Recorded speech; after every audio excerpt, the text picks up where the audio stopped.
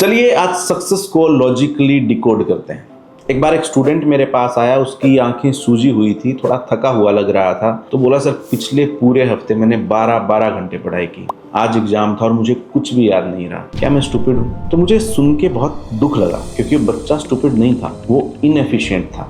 बचपन से स्कूल में, घर में हमें सब ने सिखाया है कि hard work is the key to success, but किसी ने ये नहीं सिखाया कि सीखते कैसे हैं। इमेजिन कीजिए कि आप एक कार चला रहे हैं, पर वहां पे हैंड ब्रेक लगा हुआ है, तो आपने एक्सेलरेटर पूरा दबाया, मतलब हार्डवर्क आपने पूरा किया, फ्यूल भी जल रहा है, कार का इंजन भी शोर कर रहा है, बट कार आगे नहीं बढ़ रही है। तो होता क्या है कि अक्सर सब स्टूडेंट अपनी पढ़ाई हैंड ब्रेक लगा के करते हैं, मीन्स आउटपुट नहीं आती, जबकि मेहनत पूरी होती है। तो आज हम डीप डाइव करेंगे बारबरा ओकले की book learning how to learn, जिससे हम सीखेंगे कि हमारा ब्रेन इंफॉर्मेशन को स्टोर कैसे करता है और कम टाइम लगा के हम ज़्यादा इंफॉर्मेशन को कैसे रिटेन कर सकते हैं। न्यूरोसाइंस के मुताबिक हमारा ब्रेन दो मोड पे काम करता है, पहला है फोकस्ड मोड और दूसरा है डिफ्यूज मोड। चलिए इनको समझते हैं कि ये क्या होते हैं। फोकस्ड मोड का मतलब ये हुआ जब आप पूरा ध्यान लगा के एक प्रॉब्लम सोल्व कर रहे होते हैं। इमेजिन कीजिए एक पिन बॉल मशीन। तो फोकस्ड मोड में जो बम्पर्स होते हैं वो बहुत पास होते हैं। ये कब एक्टिवेट होता है? जब आप 2+2 4 कर रहे हो या कोई फेमिलियर चीज कर रहे हो, तो आपका फोकस्ड मोड एक्टिवेट हो जाता है। बट जब आप कोई नई चीज कर रहे हो, कोई नया ऐसा कॉन्सेप्ट पढ़ रहे हो, क्वांटम फिजिक्स पढ़ रहे हो जो आपने अब तक नहीं देखी, तो फोकस्ड मोड बहुत स्टक फील करता है और तब काम आता है डिफ्यूज मोड। इस मोड में बम्पर्स दूर होते हैं, मीन्स आपका थॉट या बॉल पूरे दिमाग में घूम सकता है और नए कनेक्शन बना सकता है। हिस्ट्री के greatest of the greatest scientist या थिंकर्स इसी टेक्निक का यूज करते थे। जैसे थॉमस अल्वा एडिसन ने भी कई बार बोला है, जब वो किसी प्रॉब्लम पे अटक जाते थे तो वो सो जाते थे, मतलब डिफ्यूज मोड एक्टिवेट कर लेते थे। स्टूडेंट अक्सर ये गलती करते हैं कि जब वो किसी प्रॉब्लम में अटक जाते हैं तो बार बार पूरे फोकस के साथ उसको सॉल्व करने की कोशिश करते हैं, जबकि आपको ये नहीं करना है। जब भी आप अटक जाएं तो stop, take a break, go for a walk और स्लीप। इसको हम क्या बोलते हैं कि दिमाग बैकग्राउंड में उस प्रॉब्लम को सॉल्व करेगा। इसी को हम यूरेका मोमेंट बोलते हैं। तो लेसन नंबर 1, लगातार पढ़ना सॉल्यूशन नहीं है, फोकस और रिलैक्सेशन का डांस जरूरी है। अब बात करते हैं सबसे कॉमन स्टडी मिस्टेक की। स्टूडेंट की सबसे फेवरेट आदत है री रीडिंग, मीन्स बार पढ़ना, एंड हाईलाइटिंग, मतलब जो भी कॉन्सेप्ट है उनको बुक में हाईलाइट करके पढ़ना। जबकि रिसर्च कहती है कि ये सबसे यूजलेस टेक्निक है। क्यों?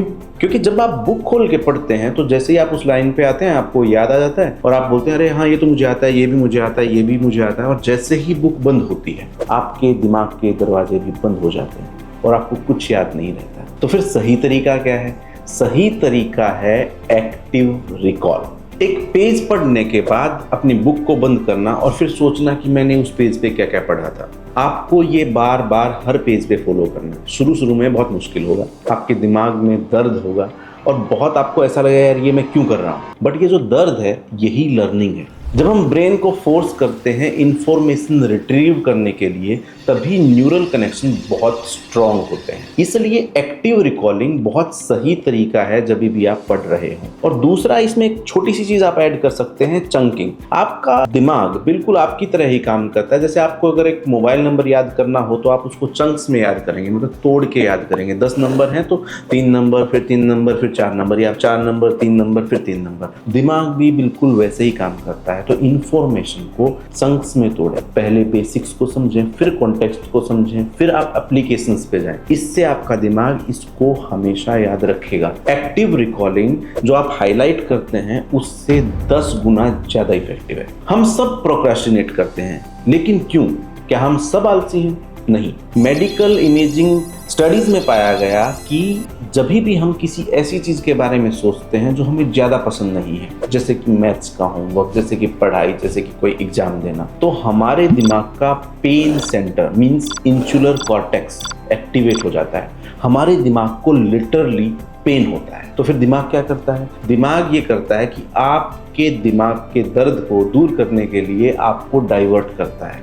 आपको इंस्टाग्राम, फेसबुक या किसी से फोन कॉल या मैसेज पे डाइवर्ट कर देगा, जिससे आपको टेम्परेरी एक रिलीफ मिलेगा। तो फिर इसका सॉल्यूशन क्या है? सॉल्यूशन है कि अपने ध्यान को प्रोडक्ट से हटाकर प्रोसेस में लेके आओ। प्रोडक्ट का मतलब है कि मुझे ये चैप्टर खत्म करना है, अब ये दिमाग को दर्द देगा। प्रोसेस का मतलब है कि मैं अगले 25 मिनट पढ़ूंगा, ये चैप्टर खत्म हो या ना हो, ये डूएबल है क्योंकि 25 मिनट तक आप पढ़ सकते हैं। इसके लिए हम पोमोडोरो की टेक्निक यूज करते हैं। मींस अगले 25 मिनट का एक अलार्म लगाओ, अपने फोन को स्विच ऑफ रखो, सारे डिस्ट्रैक्शंस को दूर रखो और ध्यान से उन 25 मिनट पढ़ो। जैसे ही आपका अलार्म बजे आप 5 मिनट का ब्रेक ले सकते हैं। इससे हमारे दिमाग को बताना पड़ता है कि ये जो पेन है, ये जो दर्द है, ये हमेशा के लिए नहीं रहेगा, ये बस 25 मिनट ही पढ़ना है और उसके बाद हमारा ब्रेक है। ये जो टेक्निक है ये आपके न्यूरोलॉजिकल जो ट्रिगर होते हैं पेन के, उनको अवॉइड कर देती है, बाईपास करती है।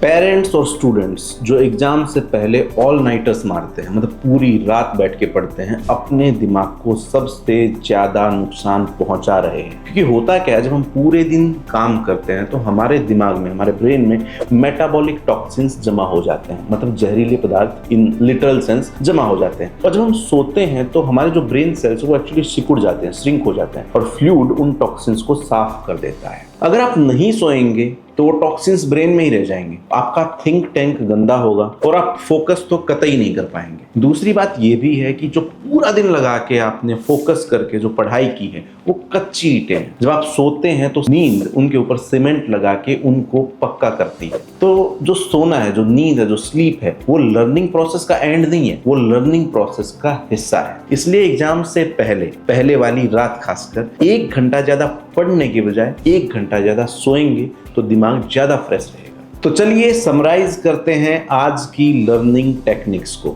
Number 1, modes. सिर्फ फोकस के ऊपर ध्यान नहीं देना है, जब अटक जाएं तो आपको एक ब्रेक लेना है, means diffuse mode. Number 2, active recall, means रट्टा मत मारिए, बुक को बंद करके खुद को टेस्ट कीजिए।